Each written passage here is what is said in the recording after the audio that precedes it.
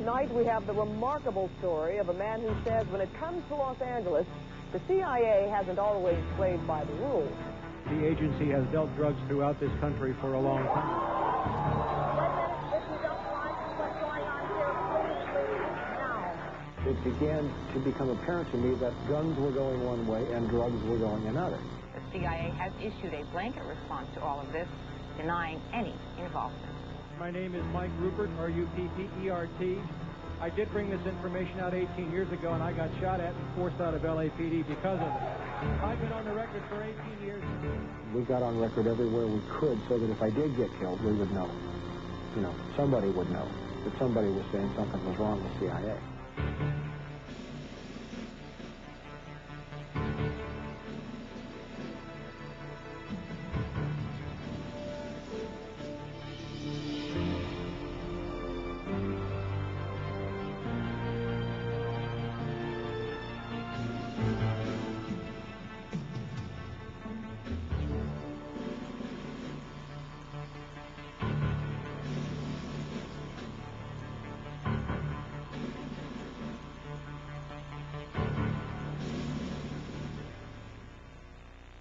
Mr. Speaker, members, I rise today really with a very heavy heart. One that is filled with sorrow for the families and the loved ones who were killed and injured this week. Only the most foolish and the most callous would not understand the grief that has really gripped our people and millions across the world. This unspeakable act on the United States has really forced me, however, to rely on my moral compass, my conscience, and my God for direction. September 11th changed the world. Our deepest fears now haunt us. Yet I am convinced that military action will not prevent further acts of international terrorism against the United States. This is a very complex and complicated matter. Now, this resolution will pass, although we all know that the president can wage a war even without it. However difficult this vote may be, some of us must urge the use of restraint. Our country is in a state of mourning. Some of us must say, let's step back for a moment. Let's just pause just for a minute and think through the implications of our actions today so that this does not spiral out of control. Now, I have agonized over this vote, but I came to grips with it today, and I came to grips with opposing this resolution during the very painful yet very beautiful memorial service. As a member of the clergy so eloquently said, as we act, let us not become the evil that we deplore.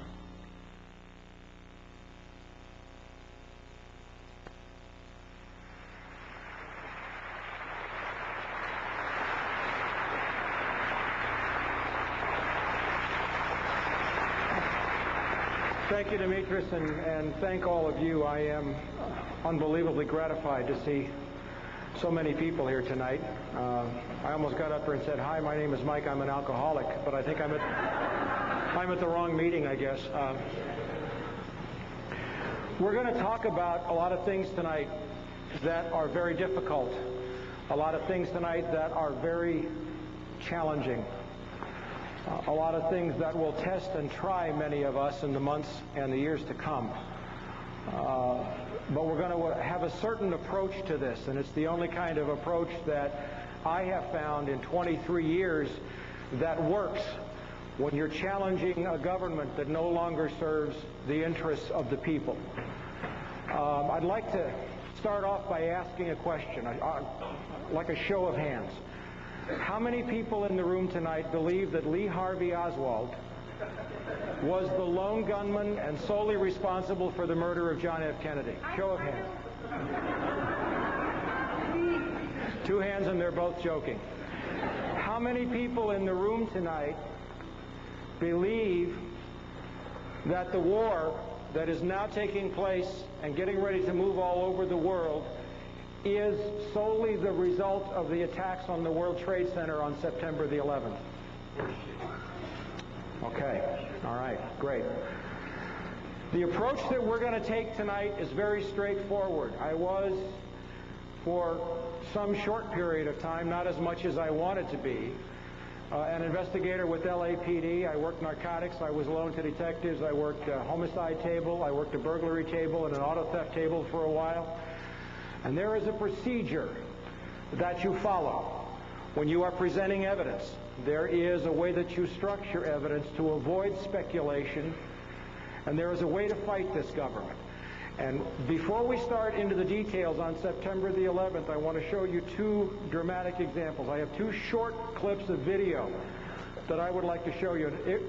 If we can run the first one, this will set the tone for what we're going to talk about tonight and what we're not going to talk about tonight. For 38 years, as of November 22nd, just a few days ago, we have had a videotape showing clearly that John F. Kennedy was shot from the front and not the back, where the Warren Commission says that Lee Harvey Oswald was up and behind to the right in the Texas School Book Depository. You look at this tape, and there is clear, convincing, incontrovertible evidence. Yet what good has it done us? What has it done to change the government? What has it done? What have we, meaning the American people, accomplished with this piece of video that shows his head moving backwards as a result of a bullet impact from the front of his head? It hasn't changed anything. I want you to bear that in mind, because I'm going to use the word "you" a lot tonight. And by you, I mean the American people. I'm talking to you as if I was talking to all 280 million people in this country. And I'm going to say some things that are going to be kind of backing you into a corner. And that is my direct intent. So some of the things we are not going to talk about tonight are speculations about the attacks on September the 11th.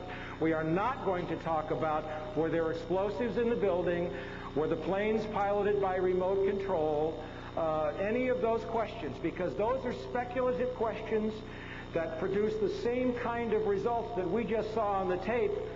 After 38 years, you can play that all you want, and it doesn't change anything. There are people who have been talking about the Oklahoma City bombing since it happened in 1995.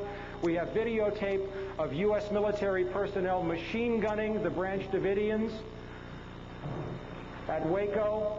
We have proof up to galore. We're not here looking tonight for proof. We're not going to go home and have armchair discussions, because what's at stake now is our freedom. What's at stake now is our future. This is no more time to go home, and you'll see that before I'm through tonight.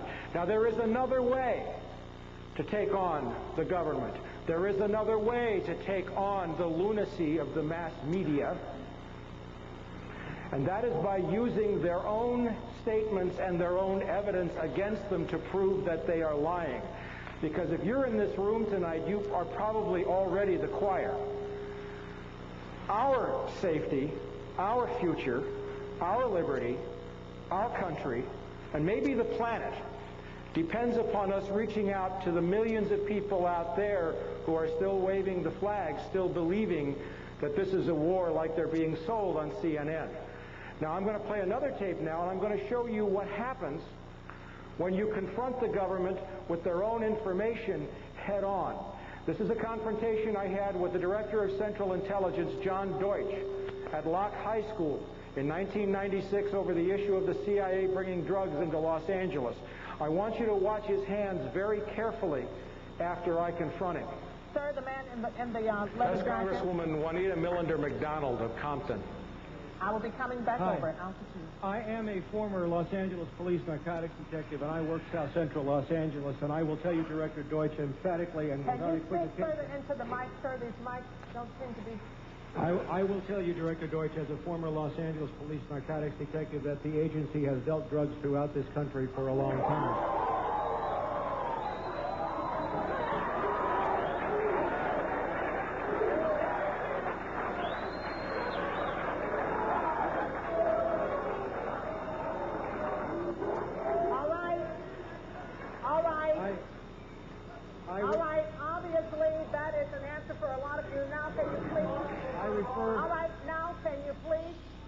refer direct... Wait a minute.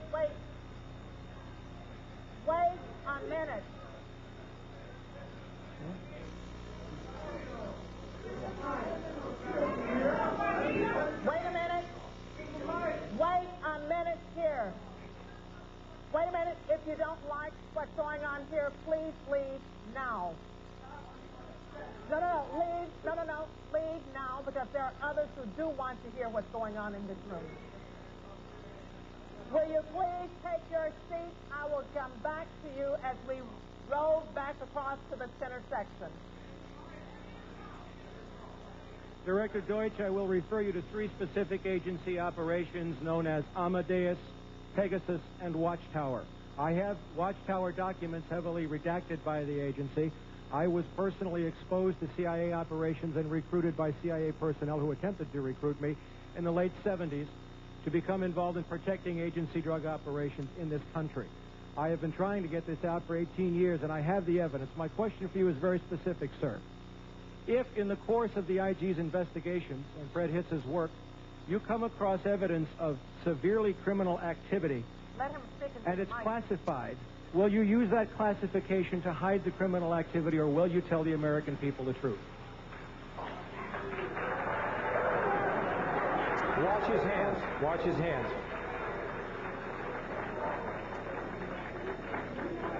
All right, you want to hear the response first from Congressman Julian Dixon and then from the director.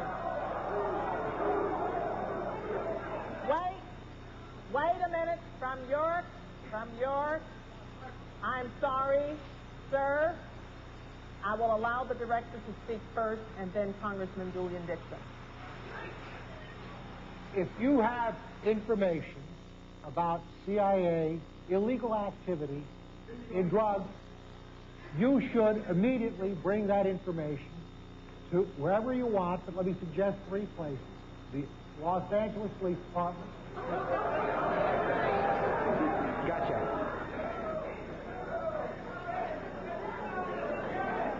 Please. I'm sorry, others want to hear this answer. I am sorry, others want to hear this answer. It is your choice, the Los Angeles Police Department, the Inspector General, or office of one of your Congress persons from this. I did that 18 years ago, sir, and I got shot at for it. Wait a minute, sir. Wait a minute, sir. And Sir, you have not gotten the mic yet. You are not. But wait a minute, then don't speak out of turn. let me say something else. If this information turns up wrongdoing, we will bring the people to justice and make them accountable. All right, Congressman Dixon. Thank you, sir, for coming. Wait a minute here. I thought you did not want to be here, but now that you are here, please let us hear and listen. Thank you very much. Sir, I want to thank you for coming. You were at the last meeting. Staff probably has the spelling of your name wrong, but No, they didn't. We would like to talk to you.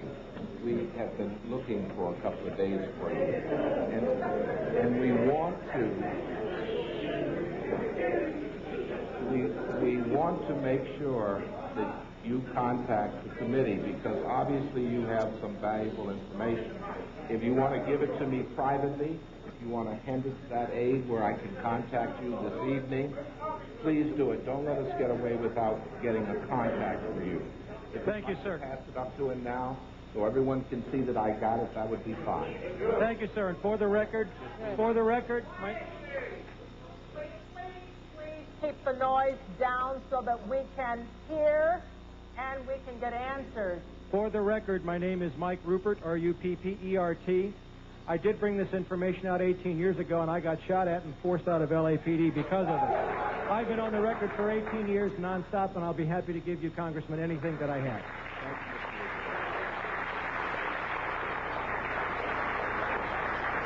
I have to tell you that that was probably the most fun I've ever had in my life. Although tonight may top that. If you can kill the blue on the VCR there. What happened after this was John Deutsch was guaranteed an appointment by Bill Clinton to become the next Secretary of Defense. My confrontation with John Deutsch cost him that appointment. My good friend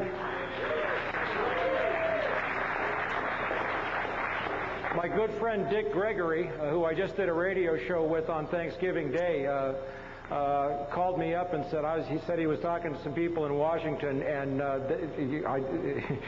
they just chewed him up one side and down the other because he looked like a fool. Everybody here seen The Wizard of Oz? Everybody here seen The Man Behind the Curtain? We have to get to the man behind the curtain, but it's going to be a little bit scarier than that movie was to do that. So, let's take an approach to September the 11th along the lines of an investigator presenting a case to a grand jury, or along the lines of a detective presenting a case to a district attorney. First of all, who am I? We're going to go through this really quickly. I had the misfortune of being born into a family that was heavily rooted in the intelligence community.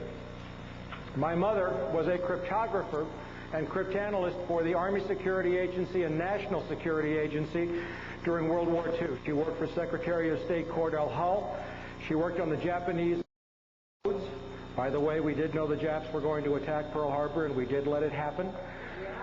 This is evidence that I would present. This is my mother's separation from the NSA in December 1949 because she was going to have babies. She didn't have me until 51. But my dad was also recalled into the Air Force during the Korean War. He went to work for Martin Marietta and went to work on projects like the Titan 3C, which put up all the CIA's keyhole spy satellites. Relatives of my father were OSS, that's the forerunner of CIA, and they were career at CIA in Langley. So everybody in the family had a clearance. I used to come home from school and say, "What's for dinner?" And Mom would say, "I can't tell you." That's a joke, I hope. Now what I need is a way to do this so that I don't get them all whacked up here. Continuing with the presentation, there's a couple of points I want to make here in Portland. This is one of my rating reports from LAPD showing an outstanding rating, showing also that I have, especially in the field of narcotics enforcement and investigative procedures, I was loaned to Wilshire Division Narcotics several times and specialized in narcotics. I was even sent to a training school by the U.S. Department of Justice and the DEA, which I attended. You don't get that for writing parking tickets. And the reason why I say this is because the ranking member of LAPD in the room that day when I confronted John Deutsch told Ted Koppel that I had never worked narcotics. And that got me pulled from a live interview with Ted Koppel. The ranking member of LAPD in the room that day was Deputy Chief Mark Croker.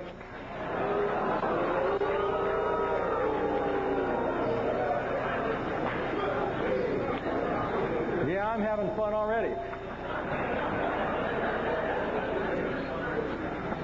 Now I want to talk about CIA dealing drugs briefly because I have to lay a foundation. You have to understand the economic and the political context in which this war is taking place and in which it is set. And there's two things that if you don't understand, you will never understand September the 11th.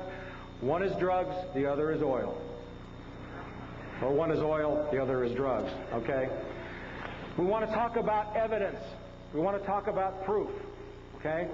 This is a memorandum that was written February 11th, 1982 to the Honorable William J. Casey. Everybody remember Bill Casey from Iran-Contra? CIA Director, signed by Attorney General William French Smith. This was at the beginning of the Contra War, very early in the Reagan administration.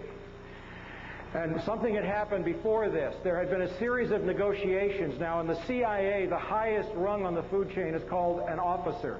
If you are a case officer at CIA, you are someone who cannot be disavowed or denied. You are a man of the cloth. You are a man blessed with immunity. The agency will protect you. But underneath that on the food chain, they have career agents, contract agents, foreign agents, informants. They have proprietary companies, employees of there's a whole category of people. Well, in 1982, because the CIA knew there was going to be a massive explosion in cocaine trafficking that they were going to control, U.S. cocaine consumption went from roughly 80 metric tons in 1979 to 600 metric tons by 1987. Think about that for a minute. That's a lot of coke. All right? They knew that was coming. All right? So one of the things they did legally, because the agency and the government, they always find paper ways to try to cover their trail, and they think nobody will catch them. One of my favorite lines of all time, and for the first 100 of you who got here, you got a free copy of my last issue of From the Wilderness, is from Allen Dulles, who, when the Warren Commission report was released, however many volumes there were, and you read those volumes and you know that Lee Harvey Oswald didn't kill John Kennedy. And Allen Dulles said, the American people don't read. You don't read. This memorandum says, first of all, they took all the people who were not case officers and they decided to call them non-employees of the Central Intelligence Agency. There's a federal law stating that if a federal employee breaks a federal law, you have to report him. They were caught on the horns of a dilemma. So first they said, well, all these people are not employees, even though they get CIA paychecks. And then they said, in light of these provisions and in view of the fine cooperation the Drug Enforcement Administration has received from CIA, no formal requirement regarding the reporting of narcotics violations has been included in these procedures. That's black and white evidence of a conspiracy. The Attorney General of the United States just told the CIA director he no longer had to report it when anybody other than a case officer was dealing drugs. Let's look at something else about how cynical these people are. Now, I've been studying CIA and the drug trade for about 23 years, and this is one of my favorite documents of all time. Some 28 C-130 Hercules were smuggled by the CIA and the Pentagon through the U.S. Forest Service into private hands, supposedly for the purpose of fighting forest fires. The problem was that some of them turned up in Peru, in Mexico, in Panama, in Angola, in Iran, and Iraq, running covert missions for the CIA. One of these C-130s was caught in Mexico City, Aeropostal de Mexico had it, with $1 billion worth of cocaine on board. The Forest Service, having let these airplanes out, found itself in a kind of embarrassing position. So they had their lawyers work on it, and notice the last sentence. DOD is the Department of Defense.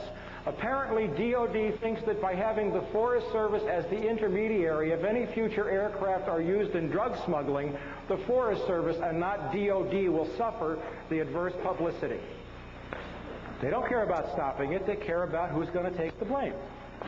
It is possible to nail these people, but you have to know how to approach. The main reason why the CIA deals drugs is for one reason and one reason only. It's not to fund covert operations. The main reason is not to weed out the gene pool, although I will tell you, and I have proven that blacks have been deliberately targeted, but the CIA brings in more drugs than all the African Americans could use in this country. The main reason the CIA deals drugs is to support the U.S. economy. Let's take a look for a second. I don't know if you can read this in the back, but I'll call the names out. We're going to see something that's very unusual here. The National Security Act of 1947 created the CIA. It was written by a man named Clark Clifford, who was a longtime aide to Harry Truman. Okay? Clark Clifford's profession was he was a Wall Street banker and lawyer.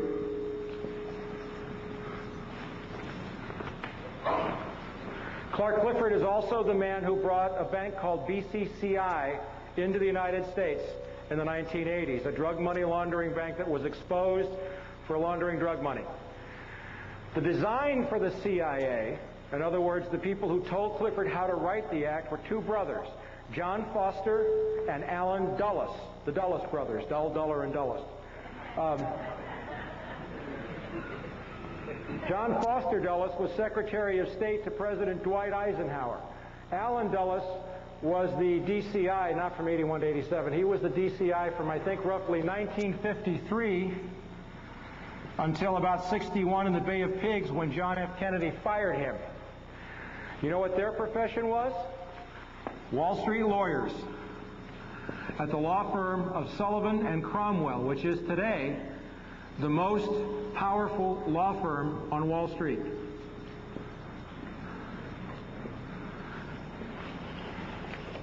Bill Casey, the man we just saw the memo addressed to. We know he was Ronald Reagan's DCI. What did Bill Casey do for Richard Nixon? He was chairman of the Securities and Exchange Commission.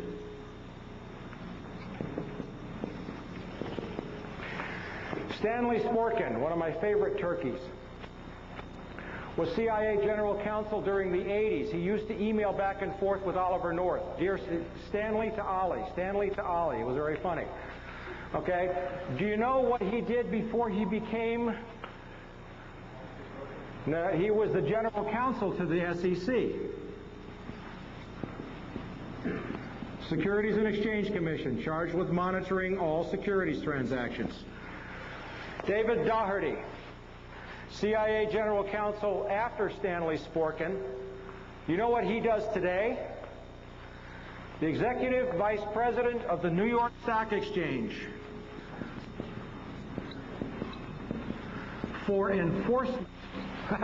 Isn't that great?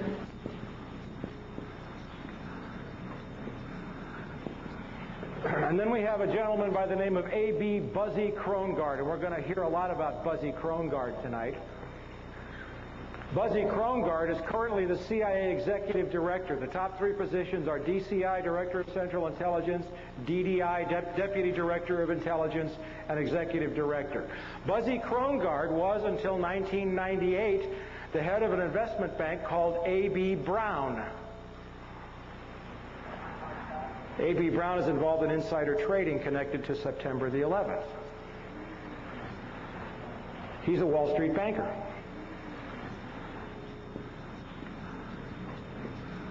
As a matter of fact,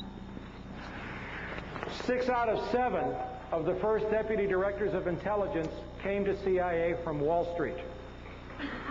The mission of the CIA is to control money and cash flow for the benefit not of you and me, but for the benefit of the banks and the stock brokerage houses and all of the interests that control U.S. politics.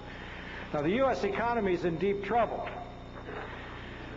But the level of criminality in this government and in this country has become so overt in the last 2 years that the stink is becoming hard for people to ignore. This is a story from the Associated Press, June 27th, 1999. New York Stock Exchange chief, that's a guy by the name of Dick Grasso, hops on an airplane in New York City and flies to Bogota, Colombia, hops in an armor-plated limousine and drives up to the foothills in the mountains that are occupied by the FARC guerrillas, who occupy a third of Colombia. They tax the cocaine. Everybody in Colombia deals drugs. But what did he ask them to do? He asked the FARC guerrillas to invest their drug profits in Wall Street. There's an AP story right there. He didn't say stop dealing drugs, it's bad for our kids. He said, let us manage your drug money. The FARC said, we think we would rather keep our money in Colombia for the benefit of Colombians. Why should we send it to New York? And what happened a year later was Bill Clinton announced Plan Colombia. And don't get me wrong here, Colombia is on the list of countries where this administration is planning to go to war because there's also oil there. All right. Still laying a foundation, but we're getting ready to move into September 11th. Let's look at a little history of the Bush family.